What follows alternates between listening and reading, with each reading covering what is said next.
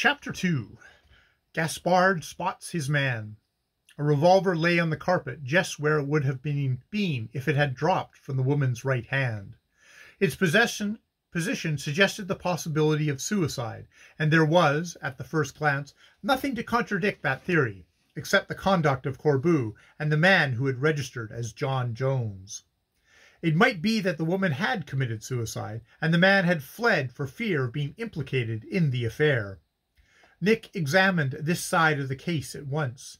The pistol had evidently been held only a few inches from the woman's head when it was fired. Her white flesh showed the marks of the powder. The bullet had passed straight through the head.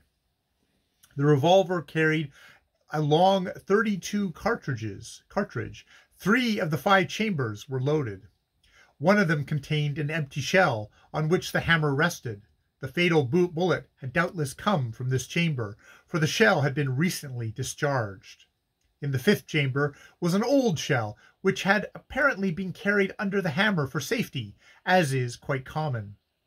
The woman had a purse containing about $20, but no card or other things which might lead to identification. Her ears had been pierced for earrings, but she seemed not to have worn them recently. She had no watch. There was one plain gold ring on the 3rd finger of her right hand, and there was a deep mark showing that she had worn another, but that ring was gone. How recently it had been removed was, of course, beyond discovery. There was no sign that it had been violently torn away. When Nick had proceeded thus far with his investigation, the messenger boy arrived. The detective sent messages to his assistants, Chick and Patsy. He then notified a coroner, who came about 10 o'clock and took charge of the body. A minute examination failed to reveal any marks upon the clothing which might assist in establishing the woman's identity. Nick then left the restaurant, taking Gaspard with him. Inspector McLaughlin's men were by this time on hand, and they took charge of the house under Nick's direction. At 7 o'clock in the morning, Nick received a message from Patsy, who had been directed to find the cabman in whose cab Corbeau had fled. Patsy had located the cabman at his home on West 32nd Street. The man's name was Harrigan. Nick took Gaspard with him and went to the house where Harrigan boarded. "I got on to him easy enough," said Patsy, who they found outside the house. "I found the police who were on that beat last night and got him to give me a list of all the nighthawks he'd been seen around there up to the 8 o'clock of the evening. Then I began to chase up the fellows on that list. The second man put me on to Harrigan. He remembered seeing him get the job, but I couldn't tell what sort of man hired him. I guess there's no doubt that he's the man, but I haven't questioned him yet. He's in there asleep."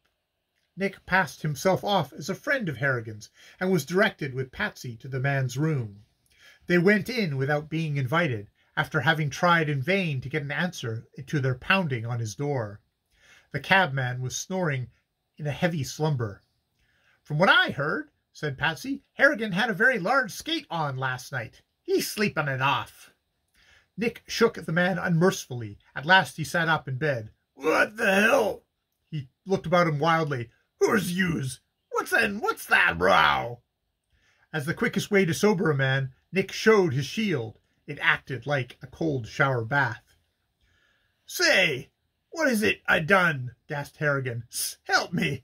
I done nothing about it. I had a load on me last night. I ain't responsible." Patsy laughed. There's no charge against you," said Nick. "I only want to ask you a few questions." Harrigan sank back on the pillow with a gasp of relief. "Give me that water pitcher," he said. "Me throat's full of cobwebs." He drank about a quart of water and then declared himself ready for cross-examination. Nick sized him up for a decent sort of fellow, and saw no reason to doubt whether he was telling the truth when he answered the questions that were put to him. It appeared that he'd been on 7th Avenue, near the French restaurant, from a little after 6 to about 7:30 on the previous evening. At the later hour, a man had engaged his cab. He had taken it to the side door of the restaurant, and the waiter had got in. The man who hired the cab was already inside. He had driven them somewhere on 57th Street, or it might be 58th. He couldn't remember exactly. The two men got out together. He didn't know what had become of them. His fare was paid all right. Then he had a couple more drinks, and the next thing he knew, he was at the stables where he had hired the cab. Of course, he didn't confess this in so many words, but Nick understood the facts well enough. That was absolutely all that Harrigan knew about the case. "Would you recognize the man who hired your cab if you saw him again?" asked Nick. "Oh, sure," said Harrigan. "I wasn't so very full. I had me wits about me. Say, you ain't gonna do me dirty and get me license taken away. I was all right. I didn't do any harm." Nick assured Harrigan that if he acted all right in this case, his license would be safe, and then left the man to his slumbers. "Not very promising, is it, my boy?" said Nick to Patsy as they went downstairs. "We've lost the trail as soon as we struck it." "Do you think he's giving it to us straight?" "Yes. He doesn't know where he took the man, nor what became of them after they left his cab." "It's pity he had such a jag. He'd have been the best witness in the case." Nick smiled. "If he hadn't been drunk, he wouldn't have had anything to do with the case," he said. "What do you mean?" "Why, it's clear enough. This man that we want saw Harrigan on the cab while this man was on his way to the restaurant with a woman. Then, when it became necessary to get Corbu out of the way, he remembered the drunken cabman and hired him." "I don't see how you know that." "A man would rather have a sober driver than a drunken one, wouldn't he?" Yes. Well, the man who told you he saw Harrigan get the job was sober, wasn't he?" "Yes." "Then why didn't the man take his cab?" "Because he wanted a drunken driver who wouldn't be sharp enough to get on to any queer business." "But he wouldn't have tried to find a drunken cabman just by luck, and he wouldn't have taken a sober one. Therefore, he had seen Harrigan and hoped to find him in the same place." "That's part of the plot. Now then, you go to Chick, who's watching the body of the woman. I'm going to take Gaspard uptown and have a look at that part of the city where Harrigan left his passengers."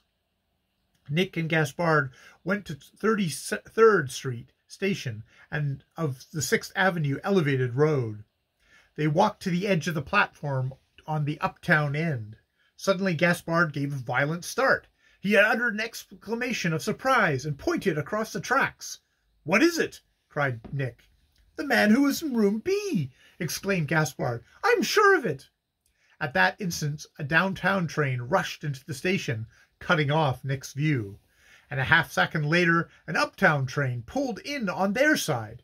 Nick pushed open a gate before the train had fairly stopped. He dragged Gaspard after him. The gateman tried to stop them, but Nick pushed the fellow in the car so violently that he sat down on the floor. Then the detective pulled the other gate open, and still dragging Gaspard, sprang down in the space between the tracks. The other train was just starting. Nick leapt up and opened one of the gates. Gaspard stood trembling. Excitement and terror rendered him incapable of action.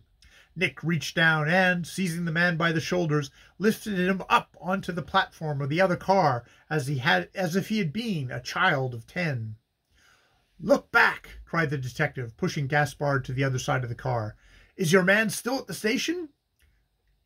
2 or 3 of the men were there, having apparently just missed the train.